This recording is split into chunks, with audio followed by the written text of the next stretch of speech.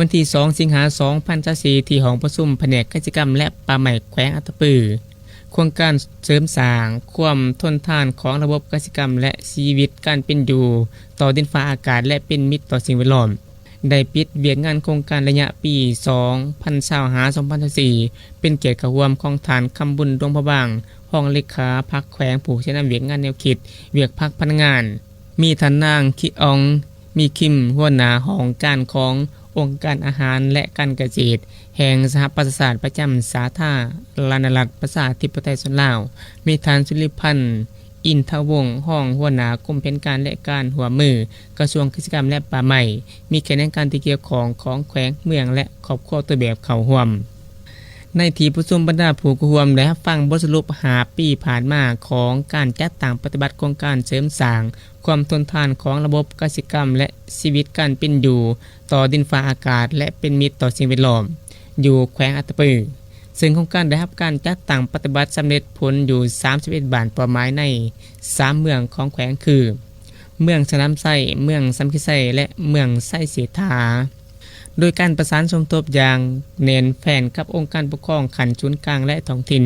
ถึงว่ามีการศึกษาในระยะเริ่มต้นของการปฏิบัติโครงการย้อนพยาธิโควิด -19 แต่ในพละรวมเห็นว่าชาวเกษตรกรหลายกว่า 2,600 ครอบครัวและชาวเกษตรกรตัวแบบหลายกว่า300 คนรวมทั้งพนักงานรัฐอำนาจการปกครองบ้านหลายกว่า180 คนได้รับผลประโยชน์จากการจัดตั้งปฏิบัติโครงการ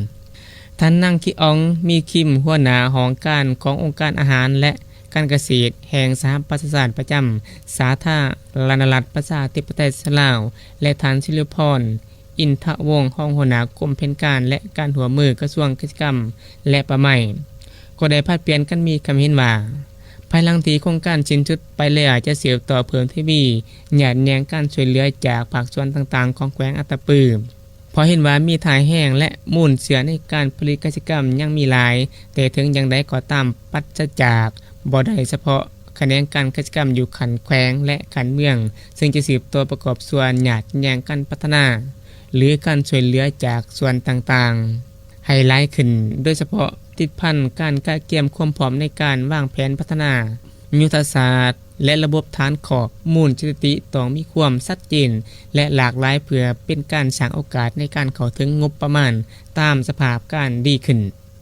ในโอกาสเดียวกันบรรดาแขกที่เข้าร่วมกองประชุมอย่างใดเคลื่อนไหวเบิ่งครอบครัวตัวแบบการปลูกพืชผักอยู่บ้านพอกเมืองไส้สิทานำอีก